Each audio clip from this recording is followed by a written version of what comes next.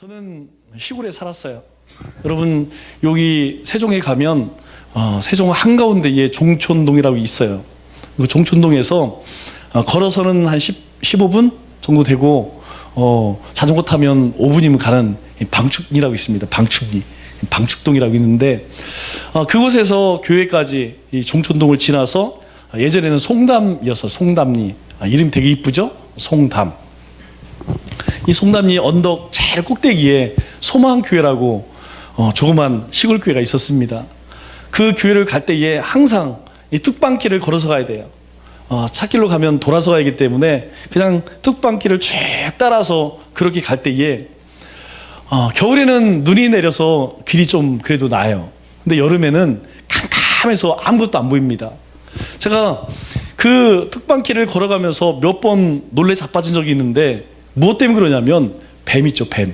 이 뱀이 길 가운데 싹 지나가는 게 느낌으로 알잖아요. 보이지는 않지만 싹 지나가는 게 느껴져요. 아주 등골이 오싹하죠.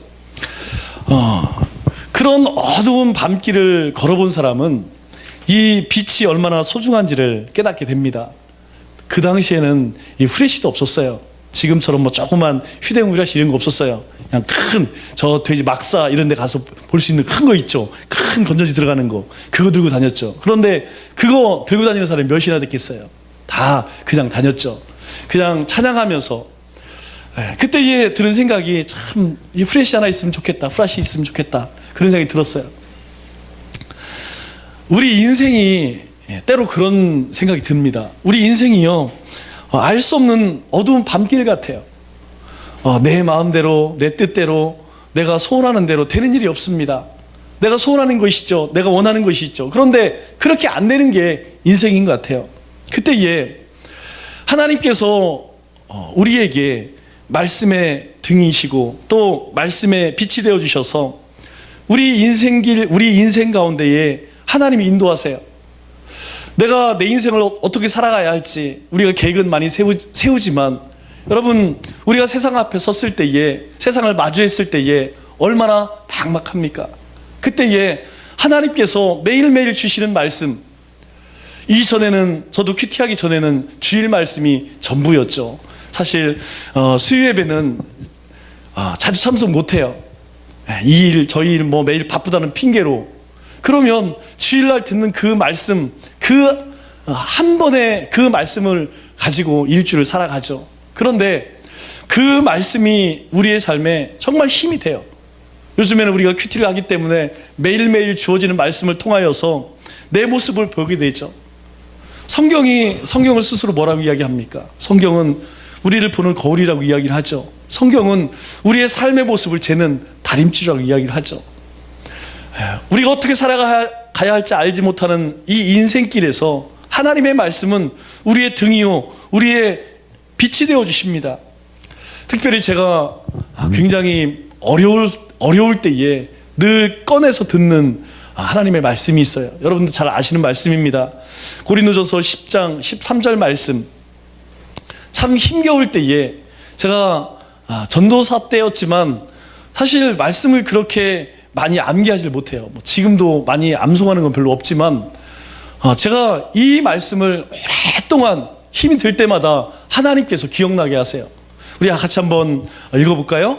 사람이 감당할 시험 밖에는 너희가 당할 것이 없나니 오직 하나님은 미쁘사 너희가 감당하지 못할 시험 당함을 허락하지 아니하시고 시험 당할 즈음에 또한 피할 길을 내사 너희로 등이 감당하게 하시느니라. 이 말씀의 요점은 그거예요. 너희 가운데 어떤 시험과 환난이 온다 할지라도 능히 감당할 것이라는 거예요. 어떻게 해요? 때로는 우리에게 피하지 못할, 우리가 감당하지 못할 시험은 주시지도 않을 뿐만 아니라 그런 시험이 우리 가운데 닥친다 하면 피할 길을 내어주신대요. 하나님께서는 항상 우리 가운데에 이기는 삶을 살 수 있도록 그렇게 우리의 삶의 길을 인도하신다는 겁니다. 이게 우리 힘으로 가능할까요? 안 된다는 거예요. 우리가 삶의 터전에서도 또 인간관계에서도 가정에서도 또 이 믿음의 공동체 안에서도 하나님께서 감당할 믿음, 감당할 은혜를 주셔야만 살아갈 수 있는 것이 우리 인생이라는 것이죠. 그래서 성경은요 주야로 하나님의 말씀을 묵상하는 그 사람이 복된 사람이다, 그렇게 이야기해요. 내가 주야로 낮이든 밤이든 늘 하나님의 말씀을 가슴에 품고 입술 가운데 읊조리는 그 사람이 진정으로 복된 사람이라는 거예요. 말씀을 따라 사람은 어떻습니까? 우리 가운데에 닥쳐오는 어두움이 두렵지 않습니다. 우리 가운데 찾아오는 환난과 또 고난들이 문제가 되지가 않아요. 왜 그렇습니까? 그 속에 하나님의 섭리를 볼 수가 있거든요. 그 고난 가운데, 그 고통 가운데, 환난 가운데에서 하나님의 살아계심을 경험할 수 있어요. 여러분, 늘 말씀드리지만 편안한 삶 가운데에서 하나님의 은혜를 누리기는 쉽지 않습니다. 그 이야기는 우리가 하나님의 뜻을 쫓아 살지 못한다고 하는 반증일 수도 있어요. 우리가 반드시 말씀을 쫓아 살게 되면, 우리 가운데에 하나님이 기뻐하시는 삶을 쫓아 살게 되면 반드시 시험이 찾아오고 어려운 일이 찾아옵니다. 왜 그럴까요? 왜 하나님은 그런 어려움들을 우리에게 주실까요? 바로 하나님이 우리와 함께 하신다고 하는 그 사실을, 그 환난을 통하여, 어려움을 통하여, 그 고난을 통하여 우리에게 확인시켜 주는 것이죠. 내가 너와 함께한다. 내가 절대 너 혼자 내가 버려주지 않는다. 그러한 사람이 고백하는 말씀이 이것이죠. 시편 119편 105절의 말씀을 보면 내 길을 굳게 정하사 주의 율례를 지키게 하소서. 우리가 하나님의 말씀을 쫓아 살 수 있도록 하나님이 우리의 삶의 길을 붙들어 주셔야 합니다. 인도해 주셔야 한다는 것이죠. 그럴 때에 우리가 하나님의 말씀 안에서 하나님이 주시는 그 은혜를 누리고 살아갈 수 있다는 것이죠. 오늘 우리가 함께 묵상하고 있는 이 빌립보서의 사도 바울이 먼저 고백한 것이 그거 아닙니까? 내가 감옥에 있지만 그럼에도 불구하고 내가 기쁘다. 무엇을 의미합니까? 나는 하나님의 주권적 역사 가운데 산다는 거예요. 하나님의 섭리 가운데 살고 있다는 거예요. 세상 사람들은 그걸 보지 못하지만, 나를 가둔 사람들을, 나를 핍박하는 사람들은 그걸 보지 못하지만, 나는 이 감옥 안에서 그 하나님의 주권과 하나님의 섭리를 보고 있다는 거예요. 왜 그렇습니까? 그 마음에 주님의 마음이 있기 때문에.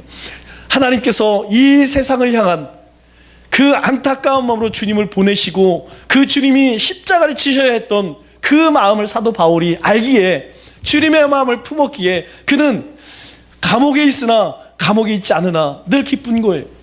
여러분, 이것은 세상 사람들이 이해할 수 없습니다. 하나님을 알지 못하는 사람은 이 기쁨을 이해할 수가 없어요. 그러나 사도 바울은 그 하나님의 마음을 품었기에 그가 어느 곳에 있든지 기뻐할 수 있었다는 것이죠. 자신이 감옥에 있지만 그럼에도 불구하고 이 복음의 진전은 계속해서 일어나고 있다는 거예요. 어떤 사람은 기쁜 마음으로 하지만, 어떤 사람은 다투고 시기로 하지만 결국 증거되어지는 것은 하나님의 말씀이라고 고백을 합니다.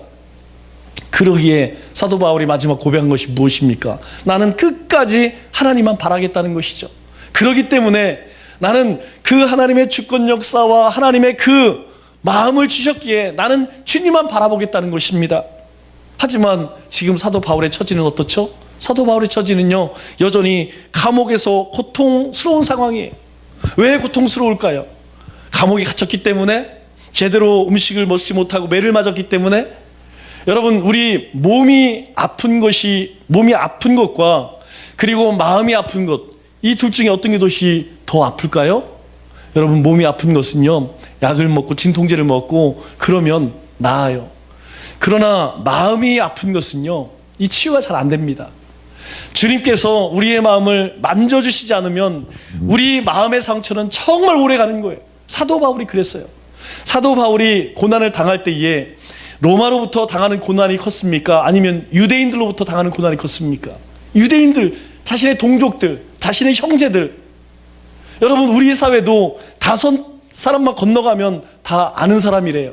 이스라엘은 이야기할 필요도 없죠. 이스라엘은요, 3칸만 건너가면 다 아는 사람일 거예요. 자신을 고통스럽게 하는 것이 누구였습니까? 다른 사람들이 아니었어요. 바로 예루살렘 교회의 성도들, 유대인들, 그들이 사도 바울을 향해서 끊임없이 비난을 합니다. 내가 정말 사도냐? 내가 사도권이 있느냐? 내가 전하는 것이 정말 진리 복음이냐? 우리는 그거 인정할 수 없다는 것이죠. 그것 때문에 사도 바울은 편지를 쓸 때마다 자신의 사도권에 대해서 그렇게 변호를 합니다. 사람이요, 그래요. 사람이 이 인격적으로 무시를 당하거나 인격적으로 그렇게 다치게 되면 정말 사망의 음침한 골짜기까지 내려가게 됩니다. 사도 바울이 그런 상황이죠. 또 한 가지는 무엇입니까?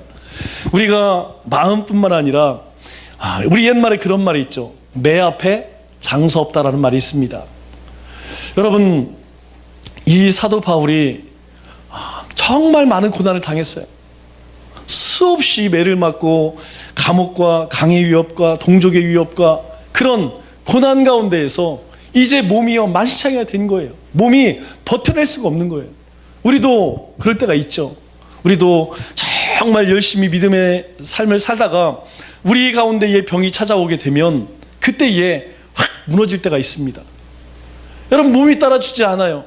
이 몸이 따라주지 않으면 우리의 의지도 우리의 마음도 약해지게 돼 있어요.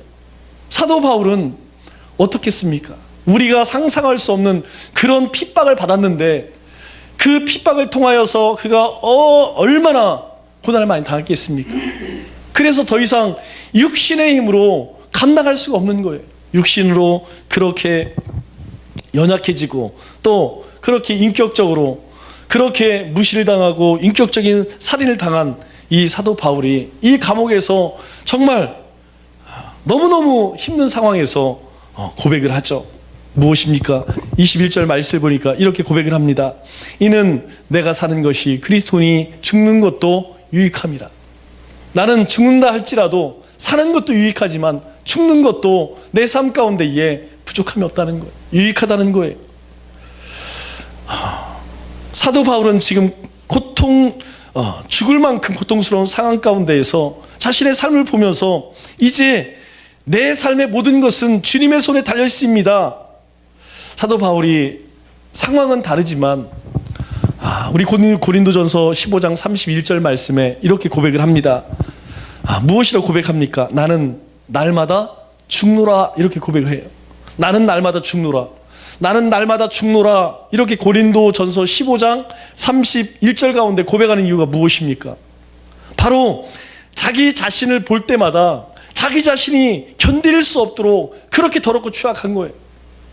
사도 바울이 예수님을 만난 이후에 얼마나 눈물을 흘리며 피눈물을 흘리며 하나님 앞에 그렇게 회개하고 그렇게 새롭게 거듭났습니까? 그럼에도 불구하고 사도 바울이요, 복음의 현장에 가서 하나님의 사명을 감당할 때마다 무엇이 보여지느냐? 자기 악한 본성이 보여지는 거예요. 여러분, 무슨 본성이겠습니까? 여러분은 나가서 복음을 전할 때에 여러분 예수 믿으세요. 예수 믿어야 구원 얻습니다. 그러면 여러분 열에 한 명 받아줄까요? 여러분 열이면 열 받아주는 사람 없어요. 본인 구원 받아서 천국 가라고 이야기하는데 우리에게 돌아오는 것은 무엇이냐면 온갖 정말 우리 마음 가운데에 정말 아픈 것을 콕콕 찌르는 그런 비난만 우리에게 해요. 사도 바울이 어떻겠습니까? 이방인들의 복음을 전할 때에 얼마나 많은 수모를 당했겠어요. 그런데 우리가 그들을 향해서 속으로는 말은 못하지만 속으로 어떤 마음이 듭니까? 저는 그랬어요. 그래, 너 예수 믿기 싫으면 예수 믿지 말고 지옥에 가라. 지옥에 가. 네가 그렇게 지옥 가는 것 소원하면 지옥에 가서 한번 펄펄 끓는 지옥에 가서 영원히 고통 당해봐라. 속으로 저 그렇게 한 적 많아요. 우리 성도님들 말 안 듣고 자기 마음대로 막 할 때에 그래, 내 마음대로 하세요. 뭐 자기 갈 길로 가는 거지. 그 죄가 네 머리로 가는 거지 어디로 가겠어. 여러분 그런 마음 품은 적이 있어요. 여러분 사도 바울은 안 그렇게 했어요? 사도 바울도 육신의 몸을 가졌는데 그렇게 복음을 전할 때 자신을 핍박하고 자신을 향해 비난하는 그들을 향하여서 그런 마음이 안 들겠냐고요. 그런 육신의 마음이 안 들겠냐고요. 그럴 때에 자기 자신을 보면서 사도 바울이 뭐라고 고백합니까? 나는 날마다 죽노라. 죄의 고통이, 그 죄의 본성이 너무나 심했기 때문에 그는 죄로부터 날마다 죽기를 원했다. 그렇게 고백을 합니다. 여러분, 거듭남이라는 것이 무엇입니까? 거듭남은 예수님의 그 십자가의 보혈로 우리가 다시 죽고 다시 살아나는 거예요. 우리의 옛 모습들, 우리의 그 죄가, 우리의 죄성이 십자가에서 죽어지고 이제 예수님께서 주신 그 생명력으로 우리 가운데에 그 죄의 본성은 없어지고 하나님의 마음으로 그렇게 바뀌어지는 거예요. 그런데 어떻습니까? 그렇게 주님 앞에서 죽어졌다고 하지만 또 우리 가운데 이 죄의 본성이 드러나고 그래서 오늘 사도 바울은 나는 날마다 죽노라 그렇게 고백하는 거예요.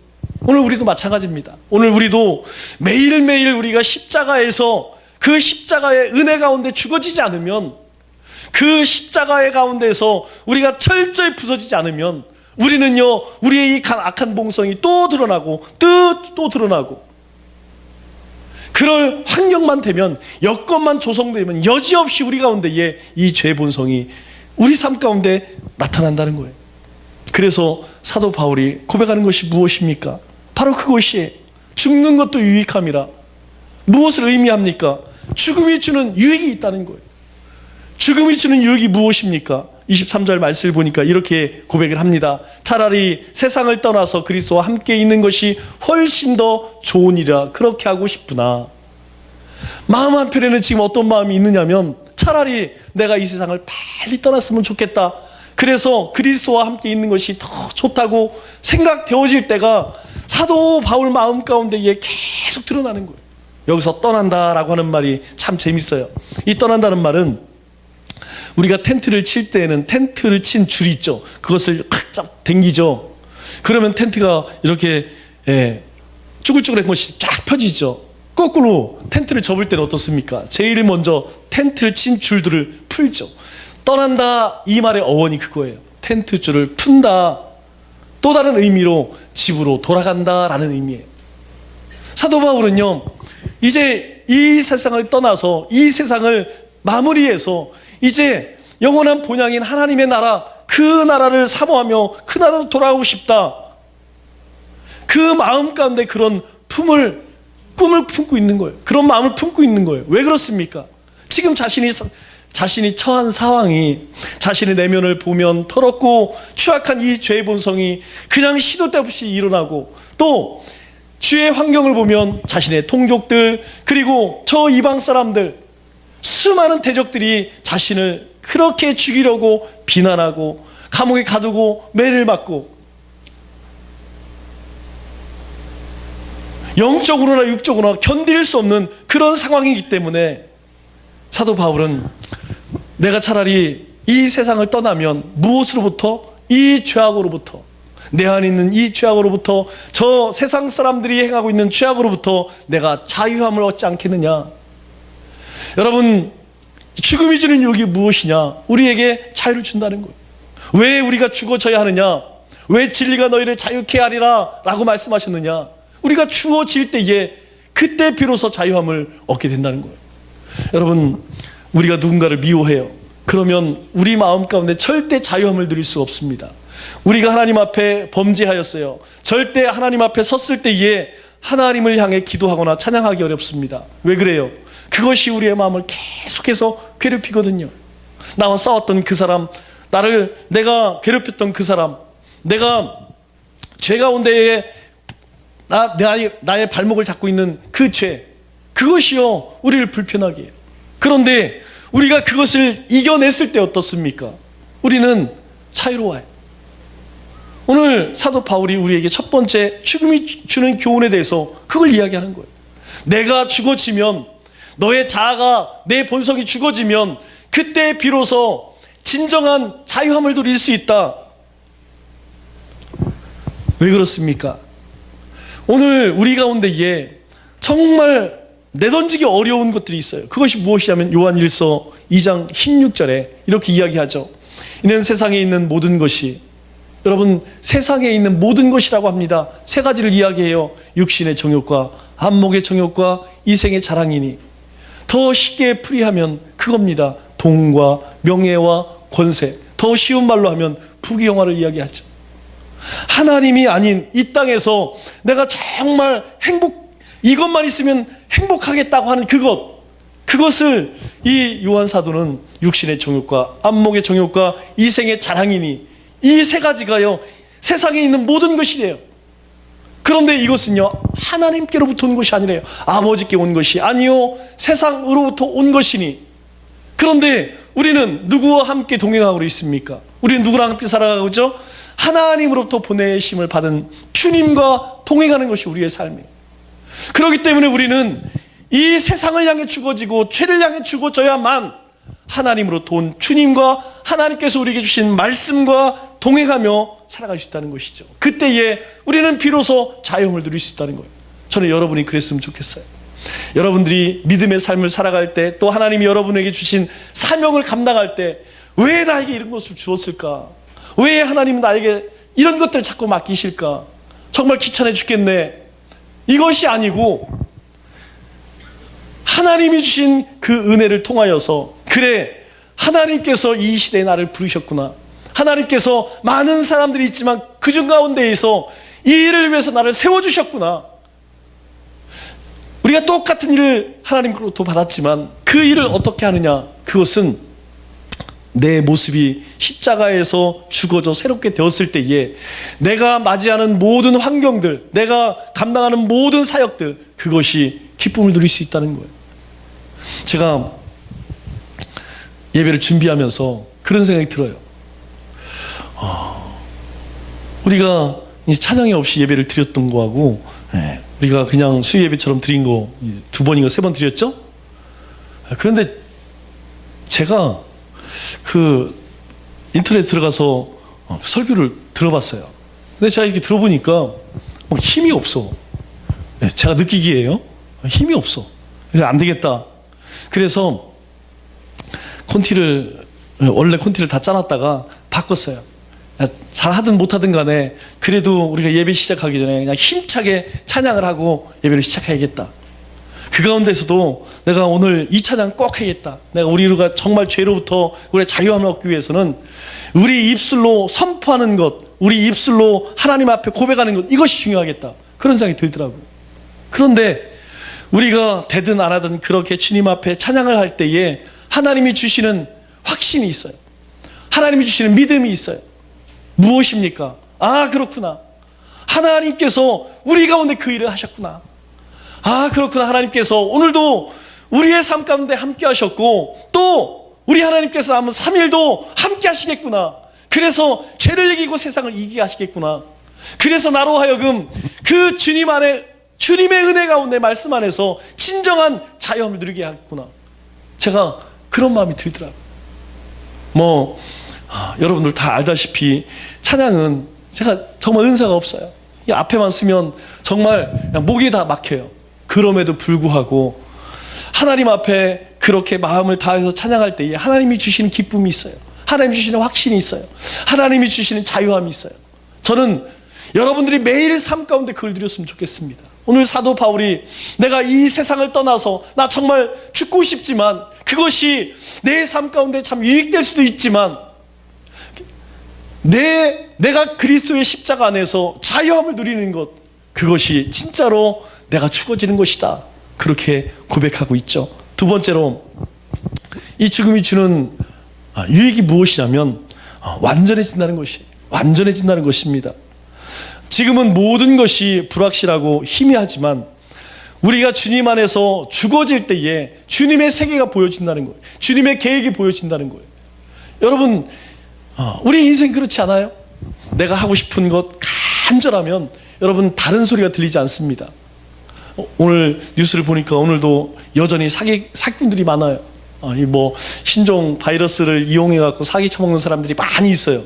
그런데 정상적인 사람들이 볼 때에 그 사기당하는 사람들을 보면 그 왜 사기당할까 이해가 안 돼요. 그런데 그 사기를 당하는 사람들은 왜 당하냐면 마음이 오직 거기에만 가 있어요. 눈이 거기만 가 있고 귀가 거기에만 가 있어요. 그렇기 때문에 다른 것들은 전혀 보이지 않는 거예요. 이것만 하면, 여기에 투자만 하면, 이 사람에게 돈만 맡기면 그냥 일확천금 엄청난 돈을 벌 것처럼 그렇게 보여진다는 것이죠.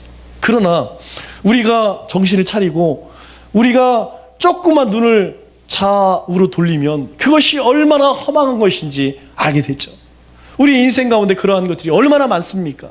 내가 정말 이렇게 살면 내가 성공하겠다. 내가 이렇게 살면, 이 신념을 가지고 내가 믿음의 삶을 살면 다 이루어질 거야. 천만의 말씀이에요.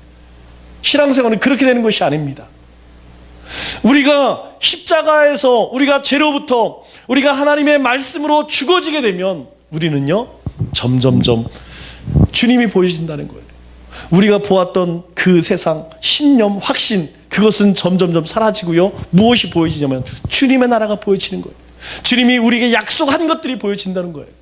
그래서 이제 세상 것들이요, 하찮은 것이 아닙니다. 원래 하찮았어요. 그런데 내가 마음을 빼앗겼기 때문에 그것이 귀하게 보여졌죠. 그런데 우리 주님이 보여지면요, 약속이 보여지면 그것들이 중요하게, 그것들이 희미하게 보여지는 거예요.